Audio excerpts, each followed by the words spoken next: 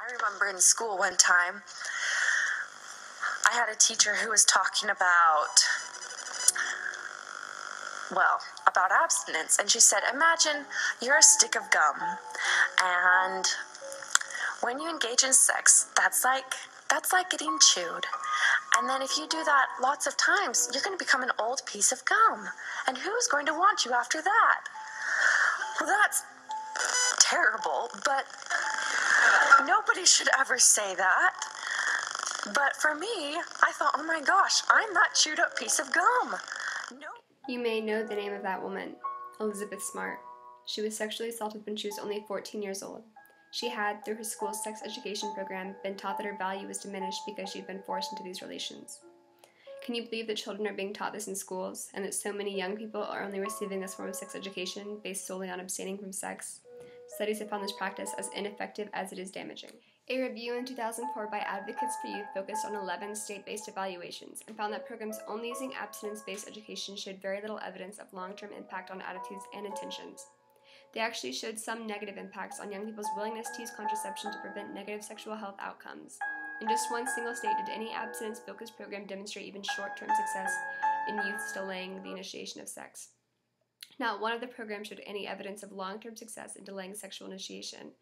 None of the programs showed any evidence of success in reducing other sexual risk-taking behaviors among participants. If you have ever stepped over this line, you've risked disease and you need to get tested, and don't you dare! Don't you dare tell anyone you're a virgin!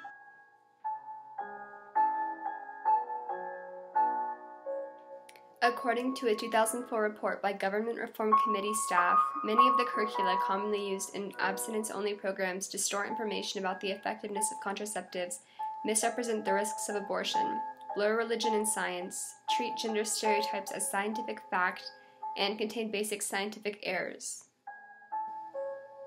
We, as a nation, are failing our kids. It is unfair to the generation of children growing up hearing biased misinformation from untrained instructors. We're breeding a generation of young people that are so afraid to ask questions that they engage in dangerous behaviors.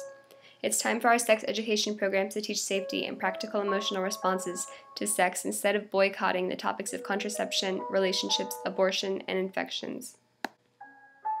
More often than not, homosexuality is not mentioned, and if it is frowned upon.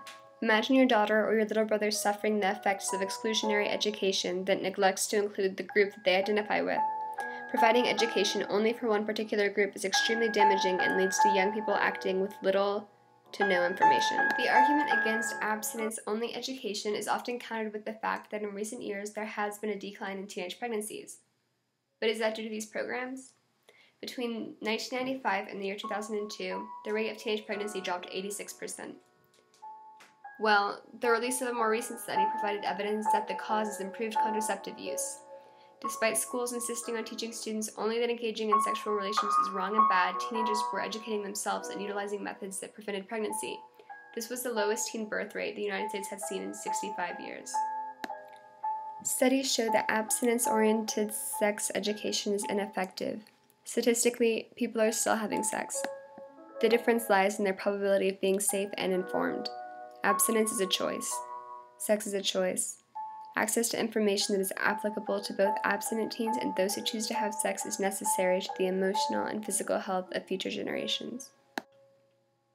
Thank you for watching. I hope I see you next week.